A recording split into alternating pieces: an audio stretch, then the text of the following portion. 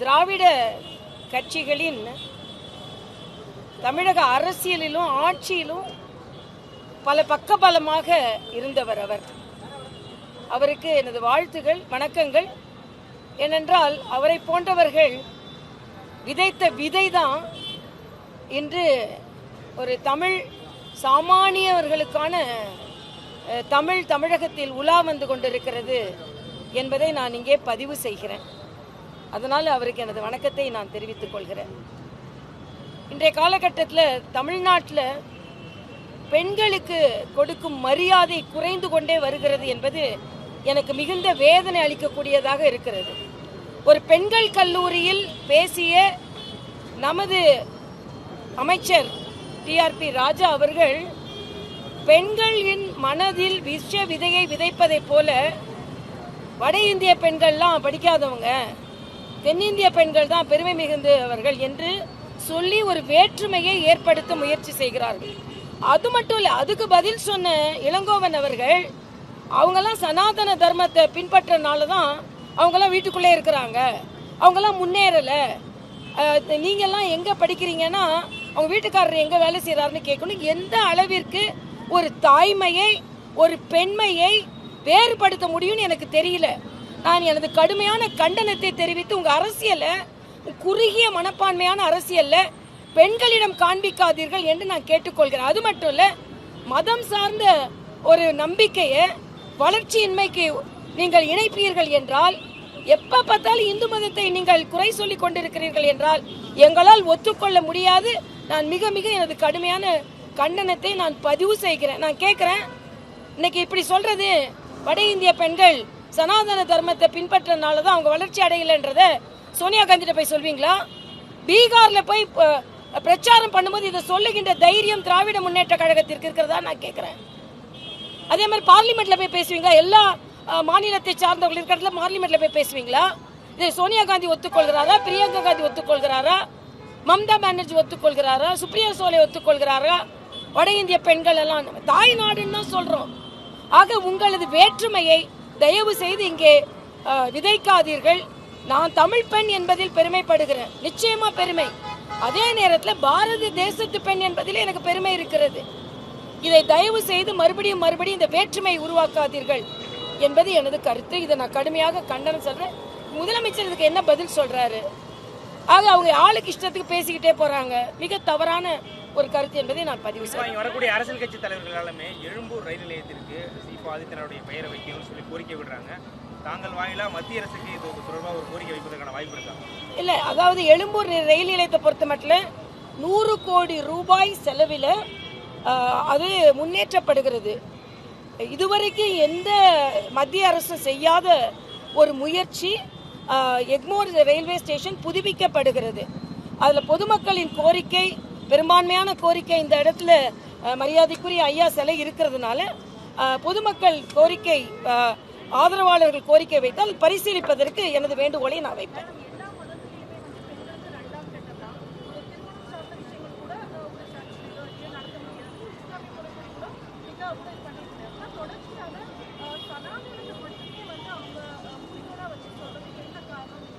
இல்லை, அதுதான் நான் என்ன கேட்குறேன். உதாரணத்திற்கு நான் மற்ற மதங்களை என்னைக்குமே நான் குறைத்து மதிப்பிடலை. ஆனால் நினைச்சா எல்லாரும் கோயிலுக்கு போயிடலாம். இஸ்லாமியத்தில் அப்படிப்பட்ட ஒரு பழக்கம் இருக்குதா என்னன்னு தெரியல. இன்னொன்று, நம்ம உடை விஷயத்திலே சொல்லிக்கோங்களேன், நாம சுதந்திரமா உடை அணியிறோம். ஆனால் சில மதங்கள்ல சுதந்திரமா உடை அணிய முடியறதில்லை. ஈவன் சில மதங்கள்ல அவங்களோட நார்மல் ஒரு பெண்மை தன்மையுள்ள உடையையே அவங்க விடுத்து அவங்க வேற ஒரு உடை அணிய வேண்டி இருக்குது. அப்போ அதுலலாம் கூட உரிமை பறிக்கத்தானே படுகிறது. ஆனால் எப்போ பார்த்தாலும் இந்து மதத்தை சார்ந்தவர்கள் ஏதோ இந்து மதத்தை பற்றி அவங்க அந்த நடவடிக்கைகளை பின்பற்றினாலோ அந்த மத நடவடிக்கைகளை பின்பற்றினாலோ அவர்கள் எல்லாம் என்னமோ அடிமைகளாக இருப்பாங்க. நான்லாம் ரொம்ப ஸ்ட்ராங் ஹிந்து.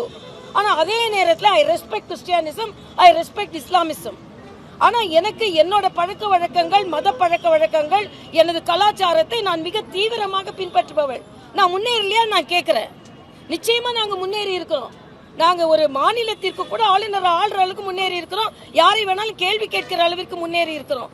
ஆனால் நீங்கள் ஒரு நாத்திகத்தை போதித்து கொண்டிருப்பவர்கள் எல்லா பெண்களுக்கும் முன்னேற்றத்தை கொடுத்துட்டீங்களா?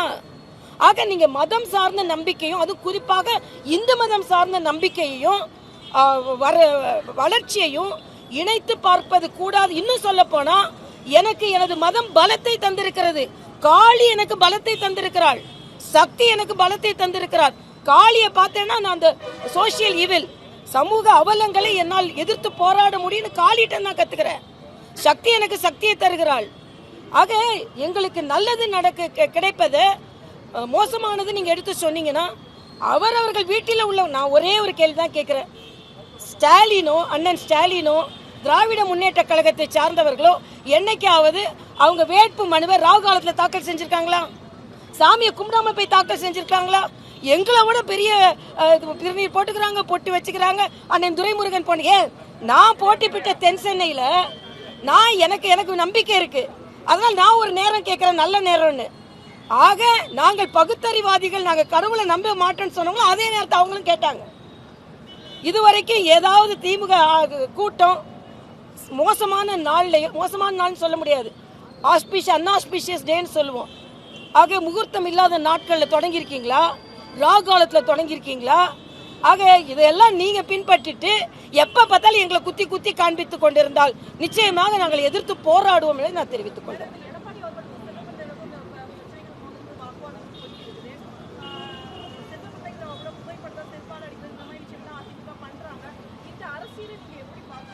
இல்ல, நான் ஒண்ணு கேட்கிறேன், ஒரு அரசியல் கட்சி தலைவர் ஒருவரை பற்றி விமர்சனம் சொன்னால் அவரை பற்றி விமர்சனம் சொல்ல தகுதி இல்லை என்று எப்படி ஆர் ராசா போன்றவர்கள் சொல்வார்கள்? அவங்க கட்சிக்காரங்களே சொல்ல மாட்டேன்றாங்க. அதனால ஒரு கருத்து சொல்வதற்கு ஒருவருக்கு உரிமை இருக்கிறது. அந்த கருத்தை நீங்கள் எதிர்கருத்து சொல்லுங்க. ஆனா இது அவரை பத்தியே பேசக்கூடாதுன்னா என்ன கேட்டா, இன்னைக்கு காங்கிரஸ் செயற்குழு கூட்டத்தை ரத்து செஞ்சிருக்காங்க. எப்ப பார்த்தாலும் பிஜேபி மற்ற கட்சிகளை விழுங்குது, அடக்கி ஆளுது அப்படின்னு சொன்னா, காங்கிரஸ் கட்சி தனது அமைப்பு கூட்டத்தை கூட திமுகவிற்கு பயந்து அவர்கள் ரத்து செய்திருக்கிறார்கள் என்றால் காங்கிரஸ் திமுகவிற்கு எவ்வளவு அடிமையாக கிடக்கிறது என்பதை முதலில் புரிந்து கொள்ள வேண்டும். முதல்ல அதுக்கு பதில் சொல்லுங்க. இப்ப நீங்க அடிமையா நாங்க அடிமையானா, நாங்க போய் மத்தியில் உள்ள தலைவர்களை, மாநிலத்தில் உள்ள தலைவர்கள் சென்று பார்த்தா உடனே மத்திய அதிமுகவுக்கு தலைமை அலுவலகம் டெல்லியில இருக்குன்னு சொல்றீங்க. ஒரு கூட்டணி கட்சியை சார்ந்த பெரிய தலைவர்கள் சந்திப்பதில் எந்தவித வேறுபாடும் கிடையாது. அடிக்கடி இன்னும் சந்தித்து கொண்டுதான் போவோம்.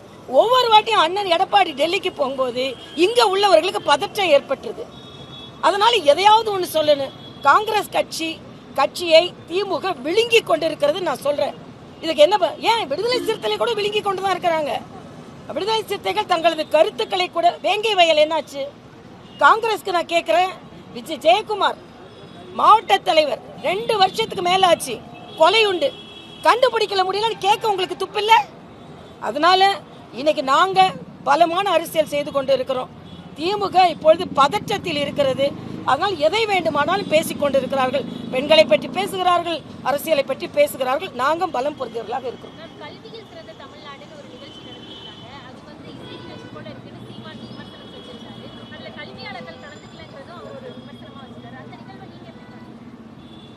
இது அதாவது நான் அதை எப்படின்னா, மாணவர்களின் சாதனையை நான் குறைத்து மதிப்பிடலை. ஆனால் அந்த சாதனைக்கு மேலே பல மாணவர்களின் வாழ்வு வேதனையில் மடிந்து கொண்டிருக்கிறதுன்னு, படிப்பதற்கு ஒரு நிகழ்ச்சி நடத்துறீங்க, குடிப்பதனால் எத்தனை குடும்பங்கள் சீரழிந்து கொண்டிருக்கிறது என்று உங்களுக்கு தெரியுமா? ஒரே 24 மணி நேரத்தில் சில பிரச்சனைகளை தீர்க்கிறன்றீங்க. ஸ்டாலின் அவங்க வீட்டு முன்னால கருப்பு கொடியை வைத்துக்கொண்டு டாஸ்மாக நான் நீக்குவேன்னு சொன்னாரு. எங்க நீக்கினாரு? இசை நிகழ்ச்சின்ற வசைப்பாடு நிகழ்ச்சியா கூட அது இருந்தது. இன்னைக்கு விஜய நீங்க குற்றம் சொல்றீங்க, நடிகர் அவர் வராருன்னு. நீங்க கல்வி நிகழ்ச்சியில படிப்பவர்கள் நிகழ்ச்சியில் நடிப்பவர்களை தானே அதிகம் கொண்டு வந்திருந்தீங்க. அவங்களுக்கு வேலை இல்லைன்னு நான் சொல்லலை, எல்லாம் படிச்சவங்க தான், அவங்க வந்தவங்க எல்லாம். ஆனா அதை ஒரு சினிமா நிகழ்ச்சி மாதிரி நடத்துறது எல்லாத்தோட கண்டனத்துக்குரியது. குழந்தைகளை, பள்ளி குழந்தைகளை இரவு நேரம் 5 மணிக்கு மேல 8 மணி வரைக்கும் ஸ்கூல்ல கட்டாயம் இருக்கணும்னு சொல்லி, இங்கே நடத்த நிகழ்ச்சியை ஆன்லைன்ல எல்லாரும் பார்க்கணும்னு சொல்லி, குழந்தைகளை இரவு வீட்டுக்கு போக விடாம அடைச்சி வச்சு நிகழ்ச்சியை கட்டாயப்படுத்தி பார்க்க வைத்திருக்கிறார்கள். இதுவும் கண்டனத்திற்குரியது. நீங்க அது அவங்க வீட்டில் போய் நீங்க தான் லைவ் போடுறீங்களே, வீட்டில் போய் பார்த்துட்டு போறாங்க. கட்டாயப்படுத்தி இதை தான் பார்க்கணும்னு குழந்தைங்களை ஸ்கூலில் உட்கார வச்சதும் தப்புன்னு நான் சொல்கிறேன். ஆக நல்ல நிகழ்ச்சினா நல்ல திட்டங்கன்னா குழந்தைங்க தானாகவே பார்த்துட்டு போகிறாங்க. ஆக கட்டாயப்படுத்தி அவர்களை வைத்ததும் தப்பு. அதனால் இன்னைக்கு ஒரு பதற்றத்தில் இருக்கிறாங்க. ஏதாவது ஒரு வகையில் நாம் வெற்றி பெற வேண்டும் என்று சொல்கிறார்கள். இதையெல்லாம் அவங்களுக்கு நெகட்டிவாக தான் போகின்றது எனது கருத்து.